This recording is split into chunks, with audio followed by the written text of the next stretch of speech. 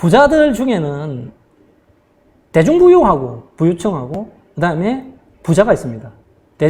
대중부유층이 중산층이죠. 중산층에 보면 이 평균 지표를 내놓은 게 있어요. 하나금융에서 데이터를 내놨던데요. 총 소득 곱하기 뭐 자산 구성비를 해놨는데요. 소득이 한 5천만 원 이상에서 1억 미만. 아마 연봉을 받고 계시는 분들, 그 다음에 사업을 하시는 분들이 물론 작을 수도 있습니다. 뭐 한 3천만 원. 지금 대학교 나오면 뭐 한 3천에서 4천 정도 받으실 거거든요. 조금 더 받으실 수도 있고. 이게 중산층입니다. 중산층. 그게 한 15%에서 25% 정도 차지한다고 해요. 부자는 소득이 한 2억에서 한 50억까지 되는 사람. 뭐 한 50억 되는 건 연예인들, 뭐 그 다음에 뭐 야구 선수들 뭐 이렇게 했죠. 투자하시는 분들, 건물 가지고 계신 분들이고요. 이런 부자들이 한 14에서 15% 정도 된다고 합니다. 많죠? 한 10% 정도. 그러니까 상위의 부자의 계층들이 거진 한 10% 이상을 차지하고 있는 겁니다. 한 15% 정도.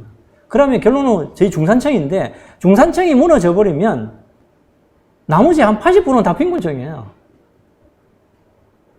저희는 안 가려면 빨리 소득을 증가시키든지, 안 가면 수입을 증가시키든지, 안 가면 투자를 해서 자산을 증가시키든지 해서 빨리 부자로 넘어가셔야 됩니다. 그렇게 하기 위해서는 열심히 공부하시고, 그 다음에 뭐 투자도 하시고 하셔야겠죠. 부자들이 어디다가 투자를 하는 자산 트렌드입니다. 여기 보면 주로 이제 집 사는 것들은 58%가 자가주택입니다. 자가주택. 그리고 76%가 부자들은 부동산 자산입니다. 부동산 자산. 그리고 나머지 뭐 금융자산이고요. 대중부유는 한 53%, 그 다음에 금융자산 뭐 한 45% 이렇게 돼 있어요. 주로 부동산 쪽에 많다는 얘기입니다. 근데 이게 이제 뭐 일간에서는 부동산을 좀 현금화 시켜서 다음 투자를 준비를 한다는 얘기도 있거든요. 그렇지만 부동산 투자가 많아요. 아직까지도.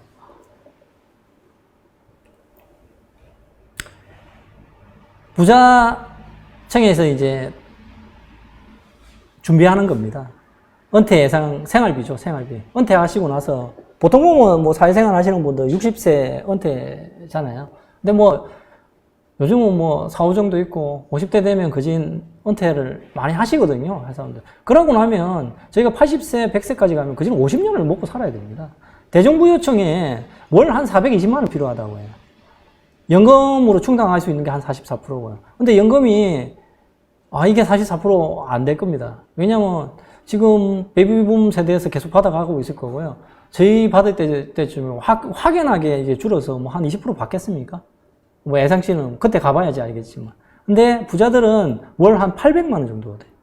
하고 연금을 한 39%. 이건 개인연금도 있고, 그 다음에 뭐 국민연금도 있습니다. 같이 포함된 거고요. 그 다음에 예적금하고 뒤에 중요한 거 부동산 있죠, 부동산. 이런 식으로 노후 준비를 하고 있습니다. 왜? 고정적으로 들어오는 금액이 있어야 돼요.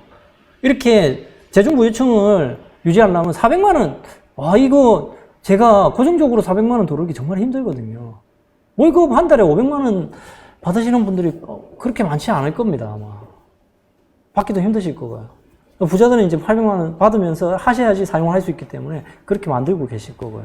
400만 원 못 만드시면 바로 빈곤층으로 떨어지십니다. 그러다 보니까 아까 말씀드렸던 모래시계 모양이 이게 이제 다이아몬드의 모양 자체가 모래시계 모양으로 자꾸만 바뀌는 거예요. 그래서 우리가 그렇게 어느 쪽으로 가야 되는 거는 지금 부자가 되기 위해서 노력하는 거는 선택이 아닙니다. 필수입니다. 필수. 저희는 그렇게 공부하시면서 노력하셔야 돼요. 그렇지 않으면 저희는 바로 빈곤층으로 떨어질 수 있습니다. 여기서 잠깐 설명을 드리면 7위의 법칙에 대해서 잠깐 설명을 드릴게요. 7위의 법칙이 이게 이제 연간 복리 수익을 설명한 거거든요. 내가 투자하는 원금 자체가 2배가 될 때에 걸리는 시간을 만들어 놓은 법칙이에요, 이게. 복리 수익률로 70이 내가 복리 수익률로 받을 때 70으로 나누면 몇 년 정도 걸릴까에 대한 산수식입니다. 여러분들 복리에 대한 복리 마술의 법칙을 잘 아시지 않습니까? 이 복리는 인간이 발명한 것 중에 진짜 최고의 발명이라고 저는 생각을 합니다. 아인슈타인이 그렇게 이야기를 했어요. 아인슈타인이. 복리의 마법은 정말 어마어마합니다. 지금 은행금리 보시면 뭐 1%에서 1.5% 많이 주는 데는 2금융이나 3금융으로 가면 한 3%까지 주는 데가 있더라고요. 적금금리도 마찬가지입니다. 1.5%에서 3% 뭐 이런 식입니다. 1금융, 2금융 차이가 있고요. 원금 2배 받으려고 저희가 계산을 한번 해봤어요. 1.3% 가지고 71을 나누면 한 55년 걸립니다. 55년. 근데 이게 3%다? 그럼 한 70을 나누면 24년 정도 걸려요. 한 반 정도 줄어들죠. 배로 갈수록. 이게 6% 받으면 12년 걸립니다. 12% 정도 받으면 6년 정도 걸려요. 6년하고 55년의 차이는 이거 어떻게 판단하겠습니까? 여러분 은행에 이어놓고 55년 동안 기다리실 거예요? 아니면 투자처를 찾으셔가지고 투자하시면서 6년 만에 1억짜리가 2억 되기를 바라시겠어요? 이렇게 저희는 시간을 단축하셔야 됩니다. 시간을 단축하지 않으면 살아남을 수가 없어요. 6%가 2배가 되려는데 12년, 정말 크죠. 6%도 사실상 6% 수익 거두기가, 이거는 연간 수익률입니다. 연간 수익률. 6% 수익 내기가 상당히 힘들어요. 주식으로, 제가 알기로, 지금은 부동산이지만, 주식으로 연간 워렌 버핏도 15% 이상 못 냅니다. 꾸준하게 내셔야 되는 거예요. 이거는 손실이 없이 꾸준하게 계속해서. 중간에 한 번도 나의 수익을 깎아 먹으면 안 돼요. 진짜 어렵습니다. 스노볼 효과, 복리하고 비슷하죠. 저희가 산에서 돌을 탁 던지면 눈덩이가 만들어가 굴러 떨어져요. 그런데 마지막에 이 눈덩이가 커가지고 마지막 내려오면 눈사태가 일어납니다. 그 정도로 크게 빨리 만들 수 있는 효과를 만들어내야 됩니다, 저희는. 그렇지 않으면 그냥 꾸준히 적금 드시고 55년 기다리셔야 돼요. 55년 되면 저희는 같이 보실 수 있는 부분들이 몇 명 없잖아요. 빨리 만드시라는 뜻으로 이야기를 드릴 거예요. 복리 계산기 한번 돌려봤습니다. 1,000만 원을 가지고 30년간 복리로 계산을 해봤어요. 1,000만 원으로 꾸준하게 매년 20%의 복리로 늘어나면 1,000만 원이 30년이 지나면 23억 7천이 됩니다. 1,000만 원 가지고 23억 모으기 상당히 힘들어요. 그 정도 됩니다. 근데 5% 정도의 매년 수익을 받으면 4,300만 원밖에 안 돼요. 그러면 저희는 최소 그러면 몇 프로 정도 받아야 될까요? 최소 못해도 10% 이상은 등기셔야 돼요. 그렇게 수익률을 낼 수 있는 거는 저희가 재테크에 몇 가지가 없습니다. 그 몇 가지 없는 건 제가 딱 이렇게 뭐라고 말씀을 못 드리겠고요. 그거는 한번 본인이 스스로 한번 찾아보셔야 됩니다.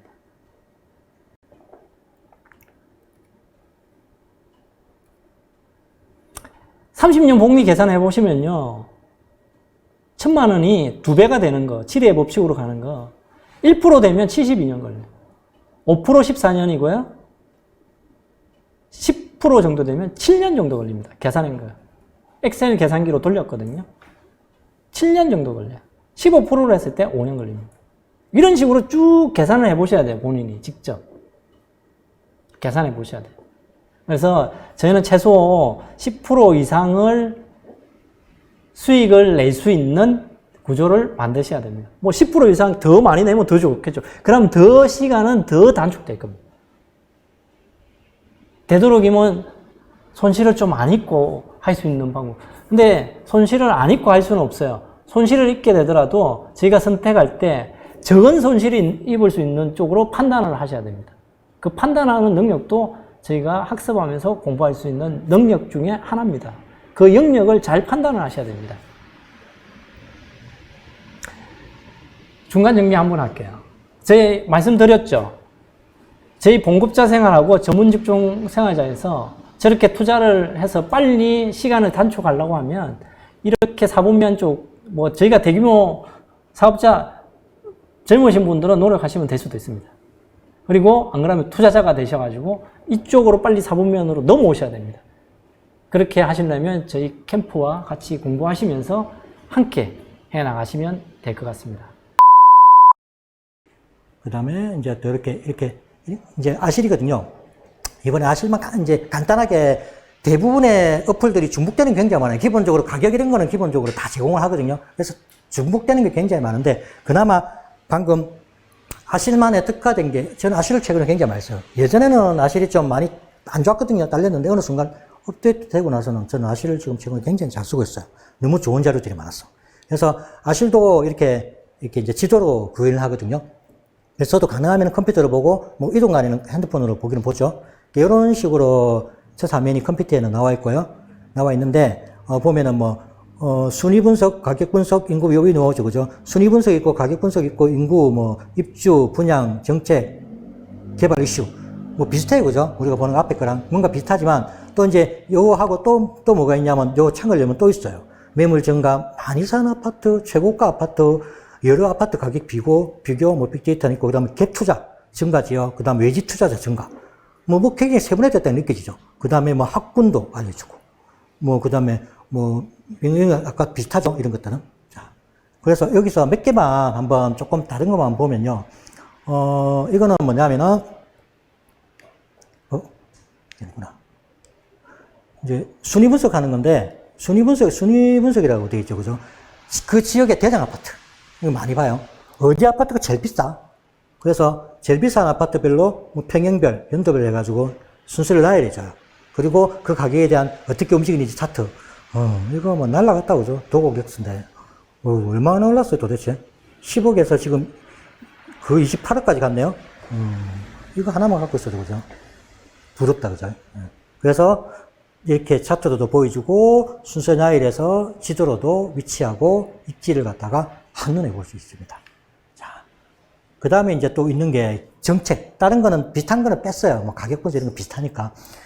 딴 데 없는 게 또 정책이라는 게 여기 보면 있어요. 얘는 보면은 지역에 현재 규제하고 있는 지역. 그 다음에 역대 정부 정책에 대한 자료들이 다 있어요. 규제 완화 정책. 그 다음에 그 지역을 클릭하면 그 지역에 대한 현재 규제가 어떤 게 있고 세금이 어떻게 있고 이런 것들이 다 나와요. 그래서 굉장히 이 부분 저도 좋더라고요. 근데 좀 업데이트가 좀 빨랐으면 좋겠는데 그렇게 빠르진 않아요. 자, 아실이. 그때 직원들이 그 대표님 그러다가 직원들 한계가 있으니까 자기도 어렵다. 근데 제때 요즘 근데 옛날에 비하면 굉장히 빨랐어요. 옛날에 진짜 느렸거든요. 그런 게 있고, 있구나. 그 다음에 또 좋은 게, 개발 이슈는 이거 네이버 되고 몇 가지 있는데, 이것도 보면, 재개발, 재건축뿐만이 아니고, 기본 도시계획부터 해가지고, 이렇게 도로망 같은 거, 기본적인 거, 이렇게 개발을 갖다가 요약해가지고, 내용까지 상세하게 이렇게 있는데, 얘도 정보가 좀 느리다는 단점이죠. 저 한 번씩 보면 좀 느려요. 그래도 이렇게, 이런 게 있구나라는 것 같아 충분히 그냥 보실 수 있는 것 같아서 굉장히 좋은 것 같아요. 자, 그 다음에 또 특별 같은 거에 있는 게 뭐냐면 요거는 갭 투자 증가지기예요. 갭 투자 처음 하시면 갭 투자가 뭐야? 있을 수 있어요. 갭 투자가 뭐냐면은 아까 그랬잖아요. 매매가 대비 전세가가 붙으면 갭이 작아지면은 투자자들이 올려들죠. 투자를 하죠. 또 붙으면은 보통 한 전세 대비 매매 대비 전세가가 70%가 넘어가면은 그 매매 수요로 전환하는 시기라고 그러더라고요. 그 정도 올라오면 보통 이제 실거주자가 움직이기 시작하죠. 왜냐면 대출 내느니 내 돈 조금만 더 보태면 아파트를 살 수 있으니까. 근데 그게 시장이 조금 좋아야지 되지. 시장 하락한다는 심리가 반영이 되면 안 사겠죠. 70%, 80%라도. 그래서, 그게 갭인데, 결국은 내가 집을 샀는데 실거주 안 하고 전세 내놓는 물량. 그래 보시면 되겠죠. 그게 갭 투자거든요. 그래서 갭 투자, 그런 그게 증가하는 지역. 결국 투자자들이 증가한다고 보시면 되겠죠. 그래서 그 지역을 갖다 이렇게 순서별로 요새 어디가 갭 투자를 많이 하는지를 갖다가 이렇게 보여줘요. 이런 거 좀 너무 심한 것 같아요. 그죠? 너무 투자를 쉽게 요즘은 잘 보여준다. 그래서 이런 것도 있구나. 그 다음에 또 이제, 다른 어플하고 또 비교되는 게, 이거는 거래 잘 되는 아파트.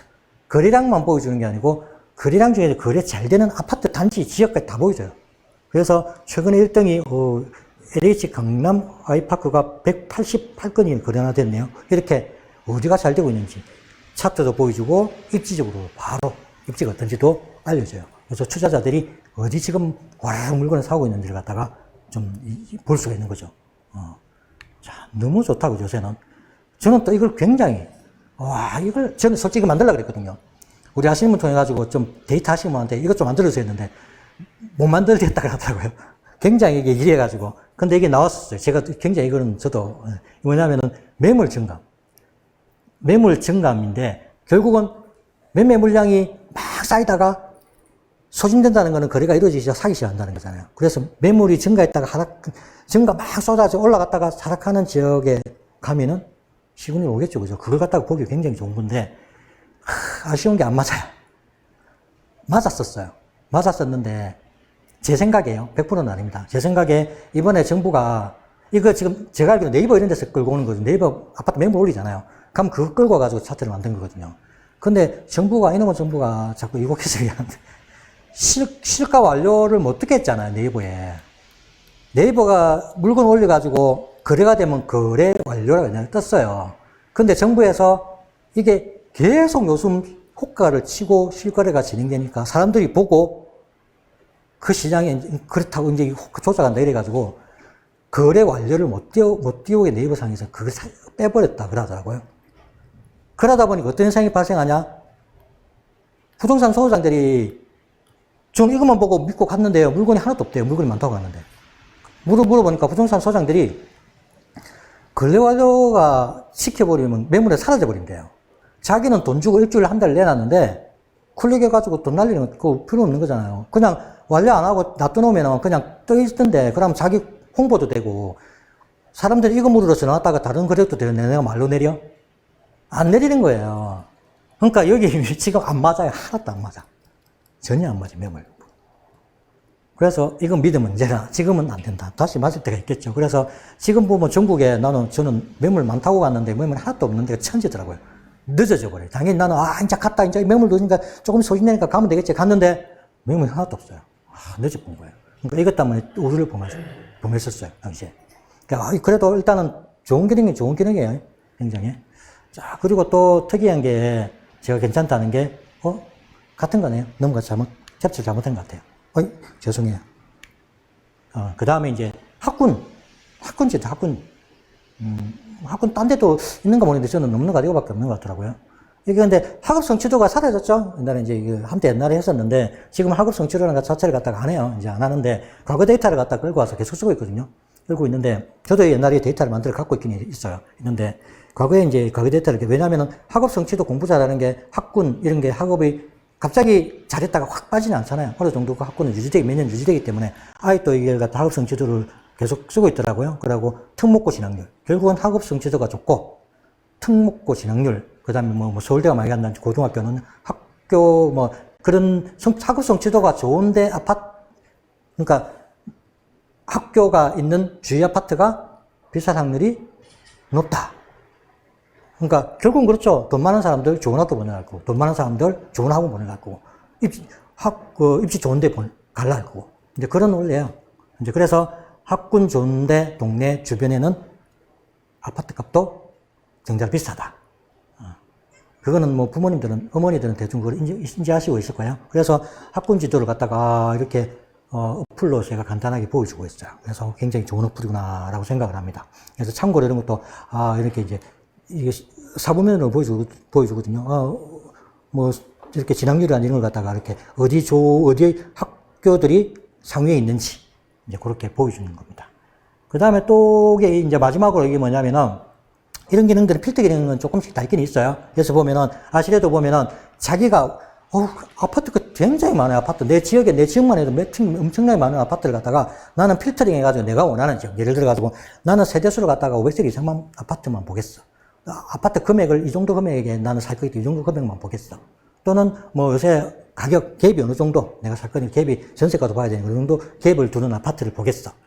가격이 어느 정도 되는 거. 그 다음에 거래가 어느 정도 이루어지는 거 등등. 평형대는 몇 평대를 보겠어. 너무 많으니까 그걸 갖다가 볼 수 없으니까 그렇게 필터 기능이 있어서 자기가 원하는 필터링을 싹 해가지고 하면은 자동으로 그거만 검색할 수 있는 기능이에요. 세상 너무 좋아진 것 같아요. 보면 그죠? 내가 필요한 아파트, 내가 원하는 아파트만 쏙 뽑아가 볼 수 있다는 이 기능입니다. 그래서 이제 시장의 흐름을 이제 보겠습니다. 개발 호재를 한번 보겠습니다. 입지가 좋아지려면 결국에 뭔가 개발이 돼서 좋아져야 될 거 아니에요? 그래야 입지가 좋아졌다 이럴 수 있거든요. 근데 이렇게 봤을 때 일자리는 제가 이것도 다 쪼갰는데 제일 중요한 게 일자리 호재, 교통 호재, 새로운 주거시설, 신축 아파트 이렇게 중요해요. 신축 아파트가 뭐가 있냐면 이렇게 신축 아파트도 있지만 재개발 재건축이 예비 신축이죠. 이런 것도 있어요. 이 세 개가 가장 중요한데 당장의 시장에 영향을 가장 많이 미치는 게 뭐냐면 요거예요. 요거 신축 아파트. 당장에 영향을 많이 미치는 건 신축 아파트고 가장 중요하지만 장기적으로 영향을 미치는 게 일자리. 그 다음 이 중간급이 이제 교통호재. 이 세 개 가지가 가장 중요하긴 한데 그래서 일자리를 보면 일자리는 아까 여기가 들어온다 하더라도 이 시장 흐름이 만났을 때 그때 영향을 많이 미쳐요. 아무리 강남이 우리나라에서 가장 일자리가 많고 고급 일자리가 강남이잖아요. 근데 아까 강남도 떨어졌던 적은 있다. 근데 상승장이 시작되니까 그 일자리가 풍부했던 지역이 나중에 오를 때 많이 오르더라. 부산의 상승장 5년과 서울의 5년을 보면 부산은 아까 40%대가 나오고 서울은 90%대가 나오죠. 그래서 한 방에 좀 많이 벌고 싶다면 언젠가는 서울 가야 돼요. 지금은 좀 뭐 늦었다 하면 다음 장이 또 와요. 돌고 도니까 어쨌든 그래서 이게 장기적인 에너지다 이래 봐지고 교통 호재가 또 영향을 많이 미치고 그 다음에 이제 시세를 견인하는 주거시설 이런 거 보겠습니다. 그래서 이제 철도 호재, 역세권 이런 거 많이 영향을 미치는데 KTX, SRT 그 다음에 일반 철도가 우리가 흔히 말하는 새마을호 무궁화호 철도에 대한 개념을 알아야 되거든요. 요렇고 이게 이제 일반 이제 기차 같은 거, 그다음 도시철도가 지하철, 그다음에 경전철, 뭐 트램 이런 게 도시철도고 이 도시철도를 다른 2개 이상의 광역 시도를 연결해주면 광역철도가 돼요. 광역도시철도. 그래서 동해남부선이 울산까지 연결되잖아요. 그러면 이제 광역도시철도가 돼요. 근데 광역도시철도가 빨리 간다. 그러면 광역급행철도가 되는 거예요. 광역급행도시철도. 그 다음에 이제 고속철도와 초고속철도도 같은 말이에요. 저도 맨날 이거 뉴스에 보면 어디는 고속철도 KTX에 해놓고 어떤 뉴스에는 초고속철도 KTX에 해놓고 헷갈리더라고요. 그래서 이거를 한번 정리한 거예요. 그래서 뭐 이런 거는 그러면 역세권의 범위는 어디까지냐, 뭐 어디 연구에서 나온 게 한 540m까지로 본다, 뭐 이런 연구도 있었고요. 네. 그러면 철도 호재는 어디서 보느냐? 미래철도 DB에 들어가서 네이버에서 미래철도 DB 사이트 들어와서 이렇게 볼 수 있어요. 그래서 지역별 구분, 개통 시기별 구분해서 내가 지역별로 혹은 시기별로 이렇게 볼 수 있습니다. 그러면 시기별로 볼 때 이제 빨간색, 노란색, 녹색으로 이걸 표시를 해주거든요. 이거를 클릭을 해서 들어가면 더 자세히 나와요. 그래서 빨간색은 구상 단계, 노란색은 계획 단계, 녹색이 시공 단계인데 보통 이 시공 단계만 하더라도 거의 4, 5년이 걸릴 수 있거든요. 그래서 우리는 지하철 호재가 아파트 집값에 영향을 많이 미치는 게 시장이 좋을 때는 개통 앞두고 6개월 정도 전. 그래서 막 2년 전, 3년 전 막 이걸 호재라고 많이 볼 필요는 없어요. 근데 너무 과열됐을 때는 좀 빨리 선행하는 경향이 있고 GTX 같은 경우는 지금 벌써 막 호재가 영향이 너무 서울 집값이 비싸니까 먼저 들어가고 그다음에 입지가 안 좋은 데는 개발 호재가 터지고 나서 후행해서 들어가기도 해요. 그리고 또 개발 정보 볼 수 있는 데가 네이버 부동산에 들어와서 개발 정보에 개발을 클릭하면 이렇게 이제 개발 정보 볼 수 있고요. 요새 잘 돼 있어요, 사이트가. 그다음에 호객 노노가 또 잘 표시되어 있는데 어렵거든요. 왜 어렵냐면 호객 노노에 들어가서 로그인을 해야 돼요. 그래서 저는 카톡 로그인을 하거든요. 그래서 이제 개발 로그인을 해야지만 여기 한 개 창이 더 생겨서 개발 호재를 볼 수가 있어요. 일부러 회원가입을 유도하는 거 아닐까 싶은데, 네, 이렇게 하면 이제 개발 호재를 볼 수가 있습니다. 네. 자, 이제 모델하우스를 이제 방문을 하신다면, 이제 모델하우스 방문하실 때 좀 팁을 좀 드리자면, 일단은 기본적으로 그 모델하우스 방문하기 전에 그 분양 단지에 대한 사전 지식이 좀 필요합니다. 사실 뭐 몇 세대인지, 그 다음에 브랜드가 어느 브랜드고, 그 다음에 언제 분양하고, 이런 우리가 아까 홈페이지 방문했을 때 기본적인 나오는 사항들, 이런 것들 사전 지식이 꼭 좀 필요합니다. 그래야 내가 알고 보는 거랑 모르고 보는 거랑은 천지 차이기 때문에 기본적으로 이런 사전 지식 좀 필요하고요. 그 다음에 입지라든지 단지 분석, 주변 신세 같은 이런 손품, 이런 것들 좀 하고 가면 좋아요. 근데 뭐 굳이 이거를 또 안 하시더라도 나중에 보면 이제 상담 받을 때 물어보시면 되거든요. 하지만 기본적으로는 이런 손품을 팔고 가면 좋다, 좀 다르게 보인다, 이런 뜻이고요. 그 다음에 모델하우스 분위기를 체크를 한번 해보셔야 돼요. 모델하우스 방문하실 때 그 방문자 수, 얼마나 방문했는지, 아무래도 방문자 수가 많으면 그 단지는 굉장히 핫한 단지겠죠, 그죠? 그 다음에 연령대가 어느 정도 연령대가 오는지, 나이 드신 분이 오셨는지, 아니면 젊은 사람들이 많이 오는지, 그리고 성별까지 좀 체크해 보시면 좀 좋을 것 같고요. 그 다음에 이제 우리 보통 보면 유닛에 들어가면 굉장히 인테리어가 잘 해놨잖아요.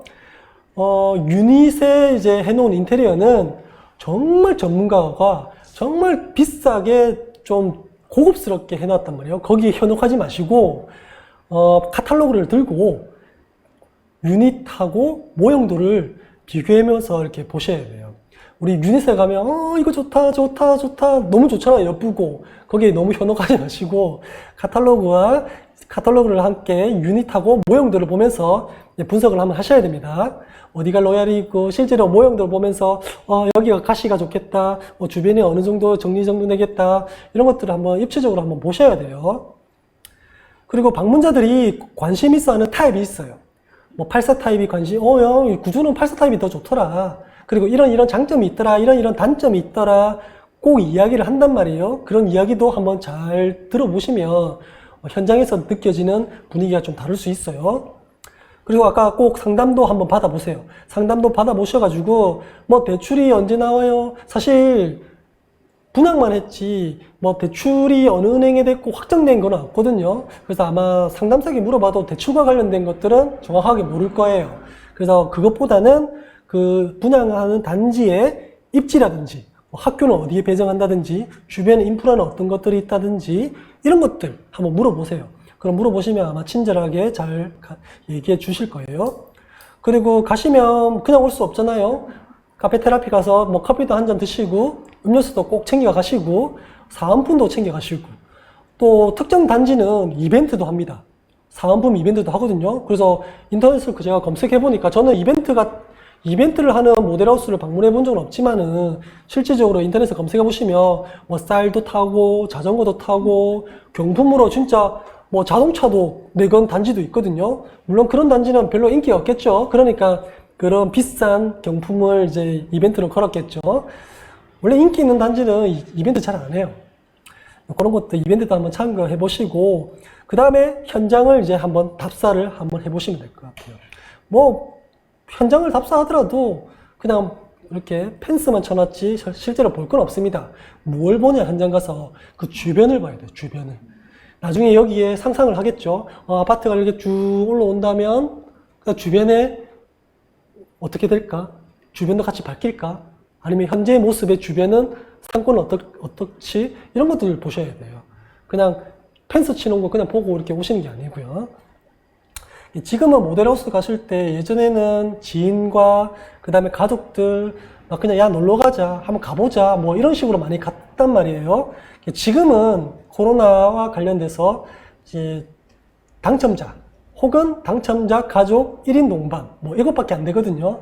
그래서 조금 좀 아쉬운 감은 좀 있어요. 예전에는 참 그냥 놀러 많이 갔거든요, 사실. 그래서 뭐 커피도 한잔 마시고 사은품도 받고 뭐 그렇게 많이 했었는데 실제로 분양을 많이 했을 때는 저희가 막 우르르 다니면서 그냥 뭐 그 지역 내 분양 단지 그냥 하루 종일 빡 돌면 한 달치 휴지를 그냥 거의 확보할 수 있는 정도로 많이 타왔단 말이에요. 어떤 단지는 뭐 라면도 주고 막 그런단 말이에요. 요즘은 이제 그런 게 없어져가지고 좀 아쉬워요, 좀. 그래서 해당 아파트가 낡아야지 그 주변 지역이 허름하다. 이거 아무 별 소용이 없어요. 그죠?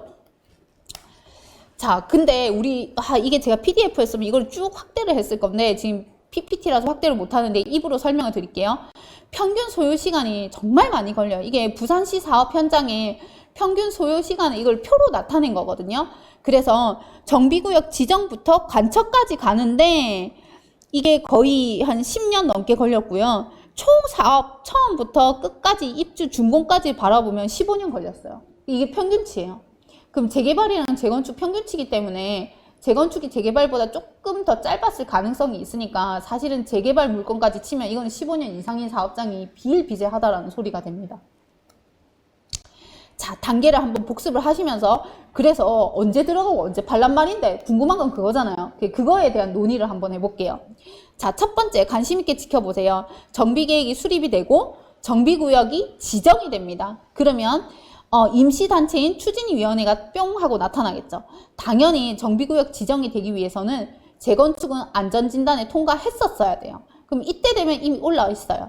그리고 나서 진짜 단체인 조합이 설립이 되고 얘네가 인가를 받고 얘네가 뭐 한가위 해야죠. 업무를 하나 해야죠. 시공사 선정하고 책 발간해요. 그죠? 그리고 나서 쭉 시간이 흘러서 사업시행 인가를 드디어 지자체로부터 인정을 받습니다. 그래, 너네 사업해. 시공사도 선정됐고 얼마든지 해봐 라는 게 사업시행 인가예요. 그 사업시행 인가가 떨어지면 중요한 거 뭐? 사업을 해야 되니까 감정평가를 해야죠. 감정평가가 끝나면 조합원들은 분양을 신청하는 거고요. 그렇게 쭉 가서 관리처분 계획 인가까지 딱 떨어집니다. 그럼 이 관리처분 계획 인가는 뜻이 뭐냐면요. 지자체가 관공서가 물어봐요. 야, 너네 사업 시행한 것도 알겠고 감정평가 나오고 너네 분양 신청한 건 알겠는데 근데 기존 주민들 언제 이주시킬 건데? 철거는 어떻게 할 건데? 이 사람도 어떻게 다 이주시킬 건데 너네 계획이 있어? 라고 물어보는 게 관리처분 계획인가요? 이게 통과가 되면 인정받았다는 거죠. 그러니까 계획에 의거해서 이주하고 철거하고 이제 착공하는 거예요. 착공이 되면 중요한 거 뭐하죠? 일반 분양. 이때 이 일반 분양 가액이 평당 얼마개를 보셔야 돼요. 요때 요 실제 금액과 얘네가 아까 그 책자 발간했다고 했잖아요. 책자를 조합 설립 인가 때도 책자를 발간했고 관리처분 계획 인가 때도 요때도 책자를 2번 발간을 했단 말이에요. 이때 예상한 금액보다 실제로 일반 분양할 때의 분양 가액이 많이 차이가 날수록 땡큐예요. 그럼 언제 많이 차이가 될까요? 부동산 전체 대한민국 부동산 시장이 지금처럼 엄청 뜨거울 때 계속 하룻밤 자고 일어나면 계속 오르잖아요. 그러니까 일반 분양가가 계속 올라온 거죠. 자, 요렇게 지금 투자를 들어가시는데 예전에 투자자들은 요때 많이 들어갔어요. 관처. 옛날에 어르신들 요때. 왜? 불확실성이 제거됐기 때문에. 근데 수익을 요만큼밖에 못 먹어요. 요 화살표 친 빨간색 형광펜이 수익이에요. 수익이 작으니까 불만족스러우시기 시작한 거예요. 그래서 40대 들어갔죠. 또 불만족스러운 거예요. 아싸리 조합 설립 때 들어간 거예요. 근데 요새 문재인 정부 들어서서 부동산이 너무 뜨거우니까 돈이 갈 데가 없어요. 코로나로 유동성이 풀려버리니까 그 갈 돈 잃은 돈들이 요때 몰리는 거예요. 아예 초기 재개발 재건축에 들어가는 거예요. 근데 재건축은 국가에서 계속 제초안도 그렇고 계속 좀 규제를 하고 있어서 약간 조심해야 될 필요성이 있는 것 같아요. 투자금을 거의 회수를 못하는 상황도 정말 운 나쁨이 생길 것 같아서 이때 들어가는 거는 정말 여유자금으로 버티시던가 조금 주의를 요할 필요성이 있고요. 성격상 나는 그래도 돈을 치르고라도 나는 어느 정도 안정성이 확보된 다음에 들어가실래 하시면은 법인은 취득록세가 정비구역 지정되고 나면 비싸지잖아요. 개인 명의 타고 요때 들어가시든가 해야 되는데 그렇게 되면 개인 명의 쓰는 게 너무 아까워지잖아요. 그러니까 차라리 그럴 바에는 법인으로 갭 투자를 알아보시게 되는 거죠. 요새 1억 미만 주공아파트들이 할 게 없어요. 전국이 지금 다 털렸어요. 경지부터 시작해서 정말 인기 없었던 그 모든 그 시도들이 1억 미만 요 재개발 재건축 가능성이 있는 5층 주공들이 싹 다 털려버렸어요. 이런 이유 때문에. 그래서 지금은 요 투자가 조금 메리트가 없고요. 근데 그래도 눈 씻고 찾아보면 있기는 있더라고요. 저도 없을 것 같은데 올해 들어서 한 건 찾아서 한 건 들어갔거든요. 그 사람이 이렇더라고요. 여기서 먹을 게 뭐 있지? 했는데 계속 찾아다니면 뭔가 한 건씩 나와요. 근데 그 뭔가 한 건씩 나왔을 때 나비처럼 날아서 벌처럼 쏠려면 이게 머릿속에 다 들어가 있어야 돼요. 그래야지 빨리빨리 판단하고 빨리 가격금 놓고 내 거 만들지. 그쵸? 그때 가서 이거 좋아요, 누구한테 자문 받고 물어보고 그러면 물건 날라가요. 계약금 다른 사람이 이미 쌌어요. 지금 이 시장에서는, 문재인 정권에서는 다음날 가본 물건 없어요. 그죠? 자, 그러면 마지막 재개발 재건축 동계산 구체적으로 어떻게 하나. 지금부터 되게 힘들어지실 수 있는데 이게 무슨 고등학교 수학 시간인지 성인 부동산 강좌인지 약간 정체성이 불분명하지만 제가 한번 해볼게요. 자, 아까 용어 정리는 대부분 했는데요. 이렇게 파란색 음영 친 거면 요거 다시 한번 볼 거예요. 비례율은 사업성을 판단하는 지표라고 했는데 실제 계산은 어떻게 하냐면요. 총 수익에서 들어간 비용을 빼요. 건설사가 분양을 해서 벌어들인 수익이 있을 건데 뭐 건축비가 얼마가 들었다. 소요 비용을 빼는 거죠. 그 비용을 종전자산 평가액으로 나누고 곱하기 100을 한다고 아까 말씀드렸었죠. 그 다음에 이거는 제가 왜 음영을 넣었지? 감정평가액. 요 감정평가액 같은 경우에는 상승기일 때는 감정평가액이 큰 게 조금 더 유리하고요. 하락기일 때는 차라리 감정평가액이 낮은 걸 잡으시는 게 조금 더 유리하십니다. 그죠? 그 다음에 조합원 분양가 같은 경우에는 일반 분양가의 한 80%, 85, 90, 넓게 잡으면 90% 금액이라고 아까 말씀드렸고, 그 다음에 분담금도 제가 아까 말씀드렸어요. 근데 분담금 개념 말고 공식을 세워서 우리가 실제 계산을 하는 방법을 첫 번째 방법, 두 번째 방법 배우실 거고요. 첫 번째 방법은 두 번째 방법보다 좋기는 하지만 첫 번째 방법이 쉽지 않아요. 왜냐하면 초기 사업장에는 정보가 없거든요. 그리고 조합원 분양가가 도대체 얼마인지, 감정평가가 얼마인지, 얘네 비례 얼마 나오는지 계산할 수가 없어요. 그래서 1번 공식에 대한 대체제로서 2번 공식도 많이 사용을 하고 2번 공식을 조금 이번 시간에 좀 꼼꼼하게 한번 배워볼 거예요. 자, 1번 공식은 보면요. 조합원 분양, 이거 아까 전에 제가 설명드렸어요. 1번 공식은. 조합원 분양가가 만약에 6억인데 내가 가지고 있는 헌집의 가치를 5억만큼 인정받았다라고 하면 1억을 더 내야지 내 거가 되는 거죠. 근데 인정받은 그 가치를 권리가액이라고 하고 그 권리가액은 아까 전에 본연의 가치, 감정평가에다가 비례율, 가중치를 곱한 금액이라고 했어요. 요거 말고 두 번째 공식, 조합원 건축 원가를 우리가 책자를 통해서 계산을 해볼 거예요. 추정치를 잡는 거죠. 그러면 건설사가 진짜 조합원한테 이 새 집 주기 위해서 건축비가 얼마 들었는지 건축 원가가 나오잖아요. 근데 조합원이 그냥 공짜로 받는 게 아니고 기여를 했잖아요. 헌집 주면서 땅 줬잖아요, 건설사한테. 그래서 그 기여들을 돈으로 환산할 거예요. 네 얼마나치 기여를 했거든? 예를 들어서 조합원 물건이 5억인데 이 조합원이 4억만큼은 기여를 한 거예요. 그럼 추가로 얼마를 내면 된다? 1억만 내면 된다라는 거죠. 다음 이제 땅을 살 때 도로가 중요한 이유에 대해서 한번 살펴보겠습니다. 우리가 토지 투자 시에는 용도 지역이랑 이 도로가 제일 중요하다 보시면 돼요. 그래서 과거에는 또 이제 이야기가 나오는데 농사 짓는 땅을 많이 가지고 있었으면 부자라는 소리를 많이 들었습니다. 그래서 왜냐하면 그때는 식량이 굉장히 귀중했던 시절이었기 때문이거든요. 근데 하지만 요즘은 다들 솔직히 돈 많은 백수가 되고 싶어 해요. 그래서 뭐 경제적 자유죠. 가만히 놀고 먹어도 돈이 들어오는 시스템. 그래서 이렇게 돈이 들어오는 시스템을 만들려고 하면 뭐가 필요한지 한번 살펴보면 바로 이제 건물이 필요합니다. 워낙 뭐 이제 우리 서장훈이 건물주의 아이콘이죠. 그리고 이런 스타벅스 건물 하나쯤은 솔직히 모든 사람들이 갖고 싶은 로망일 거예요. 그래서 오늘 요즘에 워낙 건물주가 높게 평가되다 보니까 조물주 위에 건물주 뭐 이런 말들도 많이 나옵니다. 그러면 이제 우리가 건물을 지으려고 하면 뭐가 필요한지 바로 이제 도로가 필요합니다. 결론은 도로가 있어야 건축이 가능하고 건축이 되어야 건물을 지을 수 있고 토지 가치가 상승하겠죠. 그래서 건물을 지을 때 왜 도로가 있어야 되는지 한번 살펴보면 바로 이제 건축법 때문에 도로가 있어야 되는 겁니다. 그래서 건축법에서는 도로가 없으면 건물을 짓지 못하게끔 규제를 막아 놓았습니다. 뭐 어떻게 보면 당연한 것 같아요. 건물 지으려면 자재도 우리가 건물 짓는 데까지 갖다 날라야 되고 차량으로 이제 실어 날라야 되겠죠. 뭐 공사 차량도 들어가야 되고 만약 도로가 없는 곳에 불이 났다. 그러면 이제 소방차가 그까지 들어갈 수 없기 때문에 불을 아예 끌 수가 없습니다. 그래서 그만큼 도로는 굉장히 상당히 중요한 요소다 이렇게 보시면 됩니다.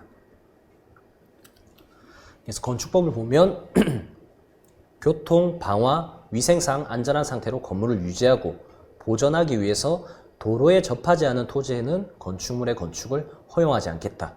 이 문구가 상당히 중요합니다. 도로에 접하지 않는 토지에는 건물의 건축을 허용하지 않는다고 국가에서 딱 말해놨어요. 그래서 절대 도로가 없으면 건축이 안 된다 보시면 됩니다. 그래서 우리가 좀 숙지해야 될 건데 도로가 총 5가지가 있어요. 그래서 이제 건축법상 도로, 지적도상 도로, 도시계획도로, 현황도로, 소유권에 따른 도로. 그래서 이런 거는 좀 중요하기 때문에 우리가 좀 내용을 알고 있어야 되는 그런 사항입니다. 첫 번째 이제 건축법상 도로를 한번 살펴보겠습니다. 이게 제일 중요합니다. 이 도로에 접해 있어야 건물을 지을 수가 있습니다. 먼저 이제 건축법상 도로의 정의를 살펴보면 건축물의 건축 시 당해 대지의 2m 이상이 4m 도로에 접해 있어야 된다. 이게 좀 내용은 어려운데 예시로 보면 굉장히 쉽습니다. 먼저 내 땅이 있다 이렇게 과정해 보면 도로폭이 4m가 돼야 되고 내 땅이 2m만 접해 있으면 건축이 가능하다 보시면 돼요. 그래서 예를 들어서 땅 모양이 이렇게 생겼다. 그러면 도로폭은 4m다. 근데 내 땅이 2m 접해 있잖아요. 그러면 또 이런 땅도 건축이 가능하다 보시면 돼요. 쉽게 차가 들어가서 건물을 지을 수 있는 그런 땅. 그래서 2m는 충분히 차량이 들어갈 수 있는 땅이거든요. 그런데 예를 들어서 도로폭은 4m인데 1m만 도로에 내 땅이 접해 있으면 이런 거는 건축이 안 됩니다. 항상 조심하셔야 됩니다. 그래서 이 부분을 4m 접해 있고 2m 접해 있는 이걸 건축법상 도로라고 보시면 됩니다. 굉장히 쉽죠. 그리고 이제 막다른 도로가 있는데 막다른 도로는 도로로 이제 들어갔다가 뭔가 건축물이 있어서 다시 나와야 되는 도로. 이걸 이제 막다른 도로라고 하거든요.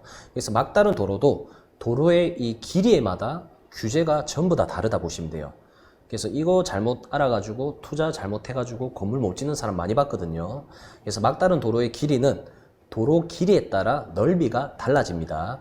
예를 들어서 10m 미만은 2m, 10에서 35m 미만은 3m 이상, 35m 이상은 6m로 확보해야 되는데 이게 무슨 말이냐면 내 땅이 이렇게 있잖아요.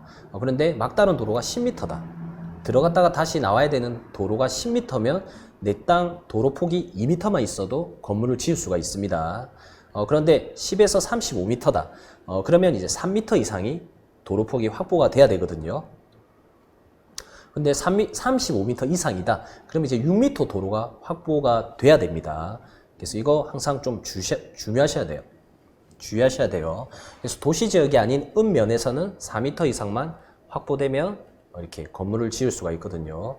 그래서 갑자기 비도시 지역에서 갑자기 도시 지역으로 바뀌면서 건축이 안 된 그런 사례들도 굉장히 많습니다. 그래서 막다른 도로에 땅을 살 때는 이렇게 좀 주의할 사항이 있기 때문에 반드시 공부가 돼야 되고 이런 거 공부하기 좀 싫다 그러면 그냥 메인도로 접해 있는 이런 땅을 사시면 됩니다. 다음 이제 지적도상 도로입니다. 서류상 도로다 그렇게 보시면 되거든요. 그래서 대한민국에는 모든 도로에 필지별로 주소가 부여되어 있습니다. 그래서 예를 들어서 일광면 2000리 453-4번지 이 땅의 지적도상 도로가 맞는지 확인하려고 하면 국가에서 이제 제공하는 토지 이음 사이트 우리 아까 방금 배웠죠. 여기 들어가셔서 검색을 하시면 이러한 홈페이지가 나오거든요. 그래서 여기서 도로 부분에 대해서 주소를 입력하고 그러면 이제 이렇게 서류가 나오는데 지목이 도로로 되어 있고 도면에 보시면 이렇게 도로라고 적혀 있죠. 도로의 약자 도라고 적혀 있습니다. 이게 지적도거든요. 지적도상에 도라고 적혀 있는 걸 지적도상 도로라고 해요. 그래서 지적도상 도로에 접해 있는 땅을 사야 건물을 지을 수가 있는 겁니다. 이게 현장을 갔을 때 도로처럼 보이는데 도가 아니고 대로 되어 있거나 전으로 되어 있는 경우도 있어요. 그거는 도로라고 하지 않습니다. 남의 땅이에요, 그냥요. 다음 세 번째 이제 도시계획도로가 있거든요. 그래서 도시계획 사업으로 건설되는 도로를 도시계획도로다 이렇게 합니다. 우리 미래의 계획도로다 그렇게 표현을 많이 하거든요. 그래서 예를 들어서 이 땅이 있습니다. 네, 이 땅 앞으로 해서 계획도로가 예정되어 있다 보시면 돼요. 그래서 이 계획도로 예정되어 있는 곳을 어떻게 확인하는지 보시면 또 토지음 서류를 보셔야 돼요. 여기 주소 입력하면 이렇게 요 도면이 보이시죠? 여기에 빨간색 표시, 이 빨간색 표시가 계획 도로라고 보시면 됩니다. 미래 도로가 날 수도 있는 그런 도로예요. 그래서 지금 이런 데는 표시만 이렇게 되어 있고, 여기에는 도라고 적혀 있죠. 도는 이미 도로가 난 거예요. 여기도 도라고 적혀 있죠. 이것도 도로가 이미 났습니다. 근데 이제 과거 사례라서 예시로 말씀드리는 거고, 이렇게 도라고 안 적혀 있는 도로는 계획이 예정되어 있는 그런 도로입니다. 그래서 조금 확대해서 살펴보면, 계획도로 개설 전에는 이렇게 2차선 도로만 접해 있는 그런 땅이었는데, 계획도로가 만들어지고 나서 이렇게 코너 자리가 됐어요. 예. 계획도로 개설 전, 개설 후. 그래서 도면을 보면 이게 계획도로라고 말씀드렸죠. 이 도로가 실제로 이렇게 형성이 된 겁니다.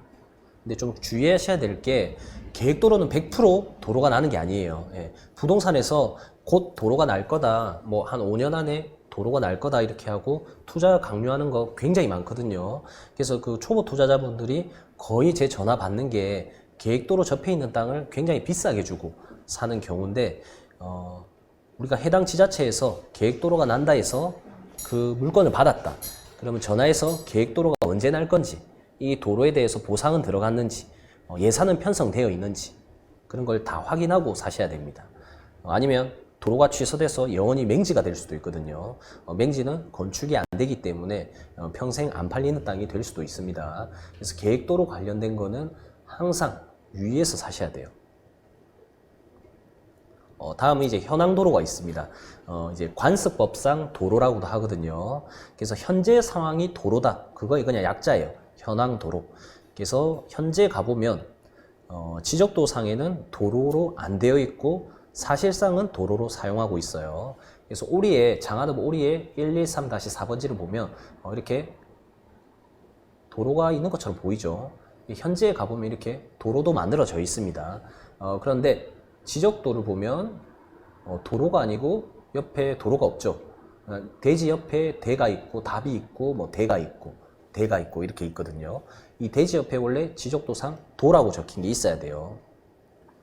그래서 사실상 도로로 사용되지 않고 있으나 사실상 도로로는 사용하고 있으나 지적도상에는 도로가 없는 이런 걸 현황도로라고 합니다. 그래서 원래 제가 이제 대지가 있으면 옆에 지적도상 도로가 있어야 건물을 지을 수 있다고 말씀드렸죠. 근데 이거는 지적도상 도로가 없어요. 그래서 사실상 현장 갔을 때만 도로가 있는 그런 땅입니다. 그래서 이런 거는 마을 대부분 사람이 이 현황도로로 통행을 했을 때는 국가에서는 이제 도로라고 인정을 해주거든요. 그래서 이런 거는 해당 건축이 될 수도 있습니다. 안 될 수도 있고요. 그래서 이런 현재 내가 땅을 보러 갔는데 도로가 있다. 근데 지적도상에 도로는 없다. 근데 이 땅이 너무 사고 싶다. 건물을 짓고 싶다. 그러면 이 땅 앞에 지적도상 도로가 없는데 해당 지자체에 전화해서 건축이 가능한지 무조건 이거는 물어보고 사셔야 됩니다. 될 수도 있고 안 될 수도 있는 그런 도로라고 보시면 돼요.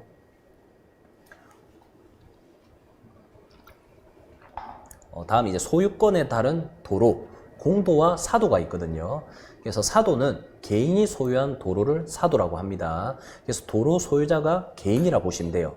그 다음에 이제 공도가 있는데 공도는 국가가 소유한 도로입니다. 그래서 도로 소유자가 대한민국, 뭐 기장, 군, 국토교통부 이렇게 국가라고 보시면 돼요. 그래서 예를 들어서 이 땅의 주인을 확인하려고 하면 우리가 이제 정부 24시 사이트에 들어가셔가지고 여기도 공짜입니다. 토지 대장을 입력 들어가시면 토지 대장에 이렇게 내가 도로를 확인하고자 하는 주소를 입력하게 되면 이런 식으로 이렇게 이름이 나오거든요. 이 도로의 이름이 뭐 개인 이름으로 적혀 있다. 이거는 개인 도로예요. 그런데 이제 기장군으로 되어 있다든지 그 다음에 이제 국토교통부로 되어 있다. 이걸 이제 국가 소유 도로 해서 국유지라고 이야기를 많이 합니다. 반대로 이제 공도라고 이야기를 하거든요. 이게 사적인 도로, 개인 도로는 사도, 공도는 공적인 도로. 그래서 서류 떼는데 요새 조금 귀찮을 수도 있잖아요. 그러면 이제 우리 부동산 디스코라는 사이트 들어가셔가지고 내가 확인하고자 하는 도로를 클릭하게 되면 이렇게 군유지 나오죠. 도로고 군유지다. 이거는 군 소유의 땅이다. 그래서 국가 소유의 땅에 접해 있는 국가 소유 도로에 접해 있는 땅은 우리가 지자체한테 허락만 받으면 신축이 가능합니다. 하지만 이렇게 개인 도로에 접해 있는 땅들은 개인의 허락을 받아야 되거든요. 그래서 개인 도로는 개인 사유 재산이기 때문에 개인의 허락을 맡아야 된다. 그렇게 보시면 돼요. 그래서 이 땅을 내가 샀다. 예를 들어서 이 앞에 도로가 개인 도로입니다. 그러면 개인이 내가 건축할 수 있게끔 이 도로를 통해서 건축할 수 있게끔 승낙을 해달라. 이걸 이제 토지 사용 승낙서라고 하거든요. 그래서 도로 주인을 찾아가 가지고 이 사용 승낙서를 받아서 건축과에 제출을 해야 건축을 할 수 있게끔 승인을 해줍니다. 내가 도로 주인이다. 그러면 잘 안 해주려고 하겠죠. 매달 얼마씩 달라. 소정의 지로를 요구할 수도 있고, 내 도로를 통해서 건축을 하려고 하면 무조건 도로 주인을 찾아가서 이러한 승낙서를 받아야 돼요. 그래서 이러한 번거로움을 없애기 위해서 우리는 그냥 국가 소유의 도로, 이런 국가 소유의 도로, 지자체한테 허락받을 수 있는 도로 위주로 접해 있는 땅을 구매를 많이 하신다고 보시면 돼요. 그래서 좀 중에서 정리를 좀 한번 해보면, 건축법상 도로는 도로 폭이 4m에 내 땅이 2m가 접해 있어야 된다 보시면 되고, 지적도상 도로는 서류상 지목이 도로이고 지적도, 아까 우리가 도면을 봤을 때 도라고 적혀 있어야 된다. 그리고 계획도로는 미래의 도로이기 때문에 날 수도 있고 안 날 수도 있기 때문에 우리가 반드시 계획도로 접한 땅을 살 때는 정말 날 건지 전화해서 확인해 볼 필요가 있고요. 현황도로는 그냥 현재 갔을 때 도로입니다. 현황도로 접해 있는 땅을 살려고 하면 그냥 무조건 지자체에 전하는 걸 추천드려요. 건물을 지을 수 있는지. 그 다음에 이제 사도는 개인 소유의 도로, 그 다음에 공도는 국가 소유의 도로다. 이렇게 정리해 보면 될 것 같습니다.